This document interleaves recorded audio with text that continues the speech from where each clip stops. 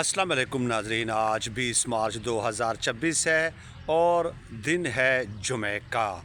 दो ख़बरें हैं, इंतहाई दो अहम तरीन ख़बरें आज की इस वीडियो में आपके सुपुर्द करनी हैं। पहली ख़बर मैं आपको बता दूं कि आपको याद होगा कि ईरान ने कतर के ऑयल फील्ड्स पे हमला किया था और अब उस हवाले से इंतहाई होशरुबा तफसीलात सामने आ गई हैं। कतर के जो वज़ीर आज़म हैं उन्होंने फ़ौरन ये जंग बंद करने का मुतालबा कर दिया है और कतर के जो एनर्जी के CEO हैं उन्होंने जो बयान दिया है, उनका ये कहना है कि इस गैस प्लांट पे या फील्ड्स पे हमला करने से इस प्लांट की 17% कैपेसिटी जो है वो मुतासर हुई है। यानी कि पहले अगर इसकी प्रोडक्शन 100% थी तो अब 83% हो गई है। और फिर साथ ही साथ उन्होंने ये कहा कि अब इसको रिकवर करने में हमें 5 साल लगेंगे। यानी एक हमला ईरान ने ऐसा किया जो दुखती रग पे हाथ रखा है। और फिर आपको बताऊं कि ये दुनिया का सबसे बड़ा जो गैस सप्लाई करता है, सबसे बड़े ऑयल जो सबसे बड़ी फील्ड है या सबसे बड़ा प्लांट है। और सिर्फ इस एक प्लांट पे हमला करने से आपको पता है कि यूरोप के अंदर 30% गैस की कीमतों में मार्कअप या इंक्रीज़ हुआ है। तो आप ये बताइए कि अगर ईरान इस पे मज़ीद हमले कर दे तो फिर क्या सूरत हाल होगी, यूरोप को कितनी तकलीफ़ होगी।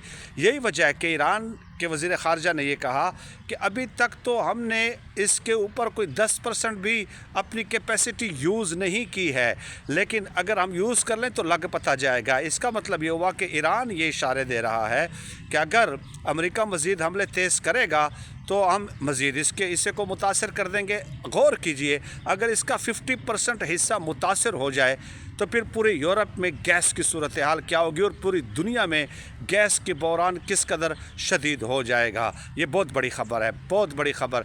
अब आ जाए एक और बड़ी ख़बर, इससे मिलती जुलती इसके बराबर बड़ी ख़बर है। वो ये है कि ईरान जो है उसने हिट किया है दुनिया के जो जदीद तरीन जंगी एयरक्राफ्ट है F-35, और ये 5th जनरेशन स्टेल्थ टेक्नोलॉजी है। और अमेरिका का ये दावा था कि इसको कोई हिट नहीं कर सकता, क्योंकि देखिए जो जहाज़ होते हैं उसके बाहर आपको कुछ मिसाइल वगैरह और आलात वगैरह लगे हुए नज़र आते हैं, लेकिन ये इस कदर स्टेल्थ है, इसके अंदर मिसाइल या दिफाई निज़ाम इस कदर खुफिया तरीके से है कि अमेरिका का ये दावा था कि इसको कोई भी मिसाइल हिट नहीं कर सकता। लेकिन $100 मिलियन के करीब इसकी प्राइस है ये इस एक एयरक्राफ्ट की, जंगी एयरक्राफ्ट की। तो अमेरिका तो बड़ा खुशफहमी में था, ईरान के ऊपर ये प्रवास कर रहा था, लेकिन इसको अब CNN, Bloomberg, Reuters, Al Jazeera सब कंफर्म कर रहे हैं कि इस जहाज़ को ईरान ने हिट किया है और एमरजेंसी लैंडिंग की है मशरक़ वस्ता के जिस ममालिक में इनके अड्डे हैं वहाँ पे। और इसके पायलट का भी बाकायदा इंटरव्यू आया है कि मैं सेफ़ हूँ, लेकिन इसको हिट किया गया है और ज़्यादातर एहतमाल ये है कि ईरानियन फायर की वजह से ये हिट हुआ है। अब इस जहाज़ के जो हिट किया है $100 मिलियन तो इसकी प्राइस है। मैंने आपको बता दिया, ईरान ने न किसी चाइनीज़ टेक्नोलॉजीज़ के साथ न किसी रशियन टेक्नोलॉजी के साथ, बल्कि दावा ये किया जा रहा है कि इसको ईरान ने अपनी ही टेक्नोलॉजी के साथ हिट किया है।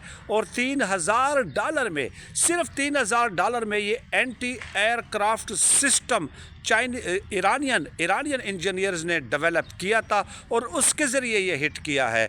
तो अगर ये ख़बर वाकई दुरुस्त साबित हो जाती है जो कि इंटरनेशनल मीडिया रिपोर्ट कर रहा है, तो यकीन माने पूरी दुनिया में खलबली मचाने के लिए, थरथली मचाने के लिए, हलचल मचाने के लिए ये ख़बर काफ़ी है। और ईरानी साइंसदान यकीन माने कितने काबिल फ़ख्र महसूस कर रहे होंगे पूरी दुनिया के सामने कि $100 मिलियन वाला जहाज़ $3000 एंटी एयरक्राफ्ट सिस्टम डेवलप करके उससे आप हिट करते हैं।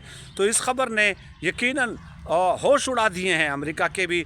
और इसके अलावा ईरान ने जो ये धमकी दी है कि अभी तो हमने इसकी 17% कैपेसिटी को मुतासर किया है ये कतर की गैस फील्ड्स की, लेकिन अगर हमले बढ़ते हैं तो फिर हम क्या कुछ कर सकते हैं, पूरी दुनिया को बहरान में मुब्तला कर सकते हैं। तो ये दोनों बड़ी डेवलपमेंट्स हैं और इसकी अहमियत से यकीनन आप आगाह होंगे। और यही दो ख़बरें थी जो मैंने आपकी खिदमत में पेश की है। कतर के वज़ीर आज़म को अगर ये दरख्वास्त करनी पड़ जाए और کہ جنگ روکنی چاہیے، اور ساتھ ترکش کے ہائی ڈیلیگیشن وہاں پہ موجود تھے، ان کی موجودگی میں انہوں نے یہ مطالبہ کیا ہے۔ تو اس سے آپ اندازہ لگا لیجئے کہ Iran is not coming slow, Iran is not coming slow. اور آخر میں جو بھی اوورسیز پاکستانی ہیں ہمارے، ان سب کو میری طرف سے عید مبارک ہو، اور اللہ پاک کرے کہ ہمیں رمضان بار بار دیکھنا، ماہ رمضان کا مقدس مہینہ بار بار دیکھنا نصیب ہو۔